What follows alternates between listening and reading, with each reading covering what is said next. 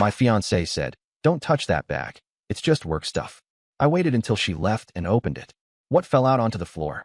When you're engaged to someone, you like to believe you know their every side. Their quirks, their secrets, their fears, the things they hide even from the rest of the world. At least that's what I thought when I proposed to Serena. I believed she was exactly who she claimed to be, a hard-working woman building her career, someone with nothing but love and loyalty for me. But I was wrong. It all started with the bag. Serena carried this dark leather bag everywhere. It wasn't even stylish, just bulky and plain, like something you'd pick up at a secondhand store. But she treated it like it was made of gold. If she left the room, the bag went with her. If she showered, the bag was locked inside the bathroom. When I once jokingly offered to carry it for her, she snapped, not in a playful way but sharp enough that it made the air tense. "Don't touch that bag. It's just work stuff," she said. I remember laughing it off, but the word stayed with me. Just work stuff. That became her stock answer. If I glanced at the bag, she said it. If I asked why it had to go everywhere, she repeated it. At first, I convinced myself she was probably just carrying documents, maybe sensitive files from her job. She worked in administration at a logistics company, and sometimes they handled contracts. That explanation was enough, until little cracks began to show. One Friday night, she claimed she had to stay late to organize shipment records. She left the bag at home by accident. I didn't even notice at first, but when I did, my curiosity burned through me. I didn't open it then. I told myself snooping wasn't the answer. I sat on the couch, staring at it across the room like it was a ticking bomb. When she came back later that night, she was too quick to notice. The first thing she did wasn't to greet me, it was to check on the bag. She didn't even hide it. She walked straight to where it sat by the coffee table, picked it up, and held it like she was making sure it was still alive. I asked, "Rough night?" She mumbled something vague, avoided eye contact, and went to bed early. That night, I barely slept. Over the next week, my focus shifted entirely to the bag. I watched how she guarded it like her life depended on it. She'd sling it over her shoulder just to take out the trash. If we went to dinner, the bag sat next to her, never hung on a chair, never out of sight. She never let waiters touch it when they offered to move it aside. The final straw came on a Sunday morning. Serena said she was heading to a team breakfast before work. It didn't make sense. Who schedules team breakfasts on a Sunday? She rushed through getting ready, almost jittery, and left the bag on the table. She had her phone in her hand, her coat half-buttoned, and in her hurry, she forgot it. I stood in the kitchen alone, staring at it. My chest tightened with guilt and adrenaline. This was it. I had no excuse to keep looking away. My fiancé's whole life suddenly felt like a question mark, and the bag held the answers. I told myself I'd only peek. Just one look, quick enough to put my mind at ease. I carried it carefully to the counter, unbuckled the top, and pulled the zipper. What fell out wasn't work stuff. The first thing that tumbled onto the floor was an envelope thick with cash, bundles of it, all in large bills, rubber-banded. I froze, staring at the stack lying by my feet. My pulse slammed in my ears. This wasn't a paycheck, this wasn't someone's emergency fund. It was too much, too organized, too secret. I reached deeper. Another envelope slid out. Same thing. Cash, neatly bundled. My fingers shook as I sifted through them. There had to be at least $10,000 in that bag, maybe more. Then came the second phone. Black, cheap, not her regular smartphone. I pressed the power button. It lit up instantly. No lock screen, no code. Notifications flooded in. Dozens of messages from unknown numbers. Tonight, same place. Call me when free. Need you again, same arrangement. My mouth went dry. Same arrangement. I scrolled further. One number stood out, saved under a name, Demir. Messages filled the thread. Some short, some too explicit to misinterpret. The most recent one from last night read, "The apartment is ready. Don't keep me waiting." I felt a hollowness open in my chest. I wasn't looking at work secrets. I was looking at a double life. Then, at the bottom of the bag, I found the worst part. Receipts. Hotel bills under her name, but signed with another last name. At least 5 different receipts from the past 2 months, all at the same upscale hotel in the city. Then a folded document, an apartment rental agreement. The lease listed Serena as the tenant, but the emergency contact wasn't me. It was Demir. My breath caught. She had a whole other home. A secret apartment, rented while she was engaged to me. I stacked the evidence on the counter, my hands trembling. For a second, I considered putting everything back, pretending I never looked. Maybe it would all disappear if I pretended ignorance. But another part of me knew too much now. There was no way to walk back from this. I pulled out my phone and took pictures of everything. Every envelope of cash. Every receipt. Every message on that second phone. My stomach churned as I did it, but I knew I needed proof. If I confronted her without it, she'd twist it somehow. She always had a way of talking fast, shifting blame, making things sound different than they were. Not this time. I zipped the bag shut, placed everything exactly how it was, and sat back down at the table. My heart hammered as if I'd committed a crime. I kept glancing at the clock, waiting for the sound of the door opening, waiting for her to storm in and notice something out of place. Minutes stretched like hours. When Serena finally came back, she was all smiles, carrying a pastry bag. She kissed me on the cheek, set coffee on the counter, and then, just like always, her eyes darted to the bag. She picked it up casually, but not too casually. Checked the zipper. Adjusted the strap. "Everything okay?" she asked, sipping her coffee like nothing was wrong. I forced a nod. My throat felt raw. She had no idea I knew. That was the moment I understood I wasn't living with the woman I thought I knew. I was living with a stranger who was building her life on lies, stacking them carefully inside a leather bag she thought I'd never open. And now I had the key to all of it. Once you see the truth, you can't unsee it. That bag changed everything. From the moment I zipped it shut and placed it back where she left it, I wasn't her fiancé anymore. I was an intruder living in her house, watching her every move with suspicion. The strangest part was how normal she acted. Serena still kissed me on the cheek when she left for work, still laughed at shows we watched, still talked about wedding invitations. But every gesture felt staged now, like a script she had rehearsed. I couldn't look at her the same way. My eyes always drifted to that bag. I kept thinking of the envelopes of cash, the second phone, the apartment lease signed with another man's name. I didn't say a word. Instead, I started observing. Quietly, carefully, like a man playing a role he didn't believe in anymore. The first thing I noticed was her overtime. Serena had always claimed she worked late shifts at the logistics office, handling end-of-month paperwork. I decided to check.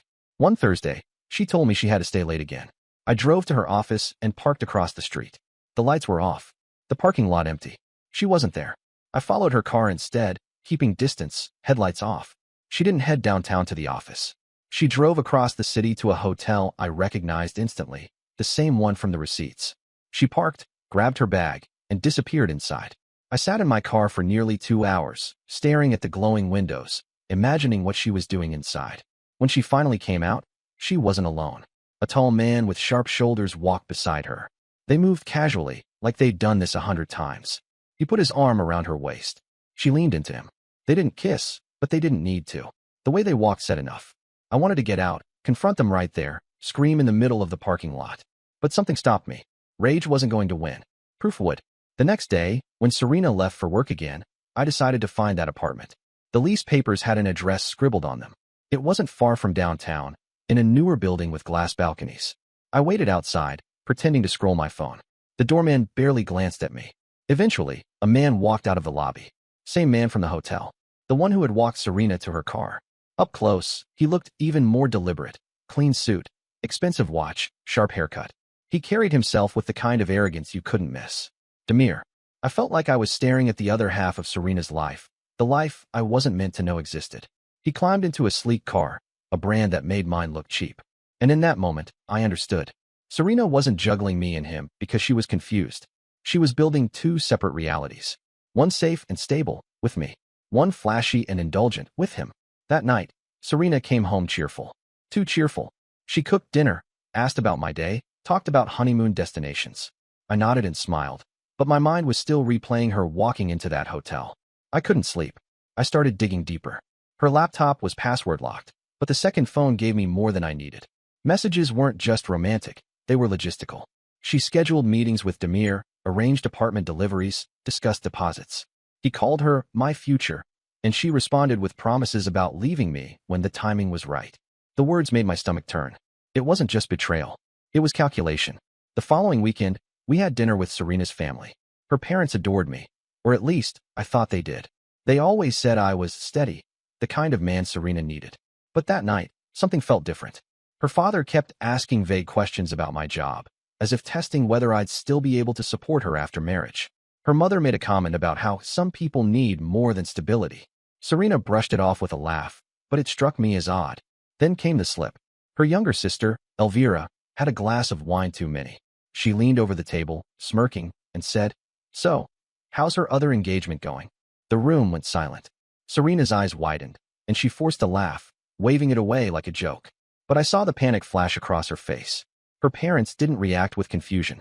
They reacted with irritation, as if Elvira had said something impolite rather than untrue. That's when it clicked. They knew. Maybe not everything, but enough.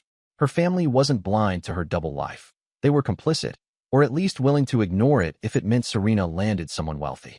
On the drive home, Serena was unusually quiet. I wanted to bring it up, but I held back. Every instinct screamed at me to lash out, to demand answers, to end it right there. But a colder voice inside me said wait. She didn't know how much I had seen. And as long as she didn't know, I still had the advantage. The very next day, I confirmed everything. Serena told me she was spending the evening with her coworker, helping prepare a presentation. I didn't even pretend to believe it anymore. I drove straight to the apartment building and waited. 2 hours later, her car pulled up. She got out, smoothed her dress, and walked inside like she belonged there. 15 minutes later, the balcony light flicked on. Through the glass, I saw her silhouette. And his. They moved together like a couple who had long since forgotten to hide. I clenched the steering wheel so tight my hands hurt. My fiancée was upstairs, living another life, while downstairs her stable man waited in the car, the ring she had begged me for still in his glove box. By the time she came home that night, she was glowing. She kissed me like nothing had happened. She asked if I'd eaten. She laughed at a joke on TV. And I just watched, memorizing every expression, every casual lie, every act of love that was nothing but theater. The final proof came in an envelope of her mail. Serena asked me to grab her bag while she showered. I slipped open a smaller compartment and found a folded invitation. Not for our wedding, but for a gala next month. The invite listed Demir's name, and hers right next to it, as his guest. That was the moment everything locked into place. Serena wasn't just lying to me. She was planning her exit. She wanted the security of my savings, the stability of my reputation, while she positioned herself next to someone with more wealth, more status. She thought she could keep both lives spinning until she chose which one benefited her more. But she underestimated me. I didn't explode. I didn't scream. I didn't even confront her. Instead, I smiled, folded the invitation back into her bag, and kissed her goodnight. Because now I knew exactly what kind of person I was dealing with. And if she wanted to play games, I could play better. Living with Serena after I uncovered the truth felt like walking through a stage play. Every laugh, every touch, every conversation was rehearsed. But I wasn't her audience anymore. I was her director, waiting for the right cue to end the show. She thought she was in control, balancing two lives, one with me and one with Demir. She didn't know I had already decided exactly where and when those lives would collide. The opportunity came in the form of our engagement party. Serena wanted it big. She insisted we rent out a hall, invite friends, colleagues, and both families. She spent hours choosing decorations and table arrangements, parading ideas past me as if my opinion mattered. I nodded, agreed, let her believe she was steering the ship. Inside, I was already building something else. I had photos of the hotel receipts, screenshots from the second phone, a copy of the apartment lease, even the gala invitation with Demir's name next to hers. Enough proof to bury her in front of everyone who thought they knew her. The trick wasn't collecting the evidence. It was timing the reveal. One wrong move, and she'd spin it. Cry. Play the victim. Her family would back her. Demir might walk away unscathed. But if I waited until she was standing in front of everyone, basking in attention, lifting a glass to toast our future, then I could strike so that no explanation could save her. I spent the weeks leading up to the party pretending. I kissed her, laughed at her jokes, let her lean on me when she pretended to be stressed about wedding planning. Inside, I rehearsed how the night would unfold. When the evening came, the hall was glowing with chandeliers. Tables draped in white, a band setting up in the corner, a photographer snapping pictures of smiling guests. Serena swept in like a queen, wearing a dress she had bragged about for weeks. She clutched my arm, smiling so wide you'd think she believed her own lies. I carried a small box with me. Inside were copies of everything, each set sealed in an envelope. And when the time came, those envelopes would sit in front of every guest. The night started like any other celebration. Her parents greeted everyone with practiced warmth. Her sister Elvira hugged me too tightly, eyes glassy from wine already. Friends circled Serena, complimenting her dress, her ring, her perfect life. And Demir? I hadn't expected him to show. But halfway through the evening, he walked in. He didn't try to hide it. He arrived confidently, wearing a tailored suit, his eyes sweeping the room until they found Serena. She froze for a fraction of a second, then masked it with a smile. She excused herself from a conversation and hurried to him, whispering sharp words I couldn't hear. He gestured with annoyance, then followed her to a corner. It was almost poetic. The very man she thought she could juggle standing in the same room as the man she promised to marry. I felt my chest tighten with anticipation. The fuse was lit. When dinner was served, I excused myself briefly, slipping into the back hall where the envelopes waited. Each one had the same contents: photocopies of hotel bills, messages from the second phone, the lease, the gala invitation. Nothing doctored, nothing exaggerated, just the raw truth. I placed one envelope on each table, tucked neatly between the menus. By the time I returned, Serena was standing at the center, holding her glass high. "I just want to say," she began, her voice sweet and commanding, "how grateful I am to be surrounded by people who love us. Tonight is not just about a future, but about family, loyalty, and the kind of love that endures." Her words cut off, because at that exact moment, the first guest opened an envelope. I watched their expression morph from confusion to shock.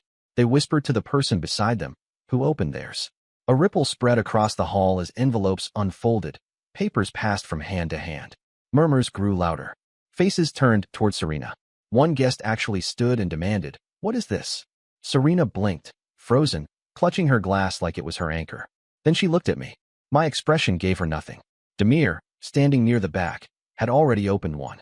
His jaw clenched, his eyes burning as he read the messages with his name splashed across them.